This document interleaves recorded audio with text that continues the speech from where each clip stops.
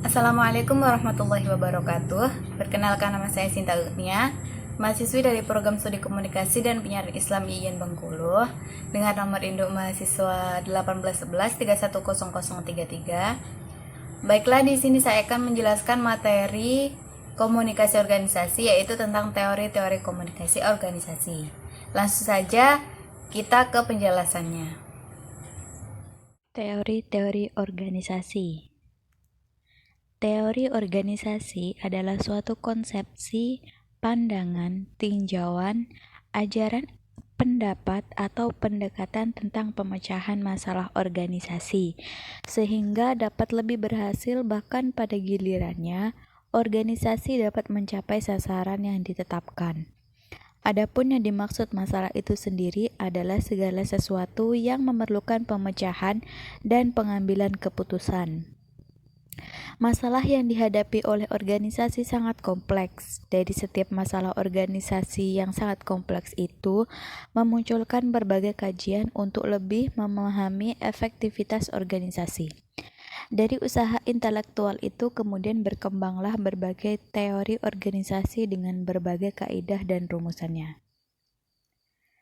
Ada 8 macam teori-teori organisasi, antara lain yaitu teori organisasi klasik, teori human relation, teori organisasi perilaku, teori organisasi proses, teori organisasi kepemimpinan, teori organisasi fungsi, teori pengambilan keputusan, dan teori kontingensi atau teori kepentingan. Yang pertama ada teori organisasi klasik. Teori organisasi klasik disebut juga teori organisasi tradisional, teori organisasi spesialisasi atau teori struktural. Ada 10 macam prinsip organisasi, di antaranya prinsip penetapan tujuan yang jelas, prinsip kesatuan pemerintah, prinsip keseimbangan, prinsip pendistribusian pekerjaan, prinsip rentangan pengawasan, prinsip pelimpahan wawasan, prinsip departemensi, prinsip penetapan pegawai yang tepat, prinsip koordinasi, dan prinsip pemberian balas jasa yang memuaskan. Yang kedua ada teori human relation. Teori ini disebut juga teori hubungan kemanusiaan, teori hubungan antara manusia, teori hubungan kerjasama kemanusiaan atau the human relation theory. Suatu hubungan dikatakan hubungan kemanusiaan apabila hubungan tersebut dapat memberikan kesadaran dan pengertian sehingga pihak lain merasa puas. Pengertian tersebut dapat dibedakan menjadi 2 macam, yaitu hubungan manusia secara luas dan secara sempit.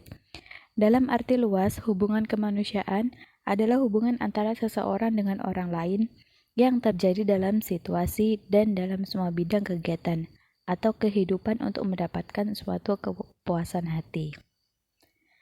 Yang ketiga ada teori organisasi perilaku. Teori ini disebut merupakan suatu teori yang memandang organisasi dari segi perilaku anggota organisasi. Teori ini berpendapat bahwa baik atau tidaknya, berhasil atau tidaknya organisasi mencapai sasaran yang telah ditetapkan berasal dari para anggotanya. Keempat ada teori organisasi proses. Suatu teori yang memandang organisasi sebagai proses kerjasama antara kelompok orang yang tergabung dalam suatu kelompok formal. Teori ini memandang organisasi dalam arti dinamis, selalu bergerak dan di dalamnya terdapat pembagian tugas dan prinsip-prinsip yang bersifat umum atau universal. Kelima ada teori organisasi kepemimpinan. Teori ini beranggapan bahwa berhasil tidaknya organisasi mencapai tujuan tergantung sampai seberapa jauh seorang pemimpin mampu mempengaruhi para bawahan sehingga mereka mampu bekerja sama dengan semangat yang tinggi dan tujuan organisasi dapat dicapai secara efisien dan efektif. Adapun sedikitnya kajian atas teori organisasi yang berhubungan dengan masalah kepemimpinan dapat dibedakan atas 1. Teori autokrasi, 2. Teori demokrasi, 3. Teori kebebasan, 4. Teori paternalisme, 5. Teori personal atau pribadi, dan 6. Teori organisasi. Yang keenam ada teori organisasi fungsi. Fungsi adalah sekelompok tugas atau kegiatan yang harus dijalankan oleh seseorang yang mempunyai kedudukan sebagai pemimpin atau manajer guna mencapai tujuan organisasi. Sekelompok kegiatan yang menjadi fungsi seorang pemimpin atau manajer terdiri dari kegiatan penyusunan perencanaan, pengorganisasian, pemberian motivasi atau bimbingan, pengawasan, dan pengambilan keputusan. 7. Teori pengembalian keputusan. Teori ini berlandaskan pada adanya berbagai keputusan yang dibuat oleh para pejabat di setiap tingkatan, baik keputusan di tingkat puncak yang memuat ketentuan pokok atau kebijaksanaan umum, keputusan di tingkat menengah yang memuat program-program untuk melaksanakan keputusan administratif, maupun keputusan di tingkat bawah. Dan yang terakhir ada teori kontingensi atau teori kepentingan. Teori ini berlandaskan pada pemikiran bahwa pengelolaan organisasi dapat berjalan dengan baik dan lancar apabila pemimpin organisasi mampu memperhatikan dan memecahkan situasi tertentu yang sedang dihadapi.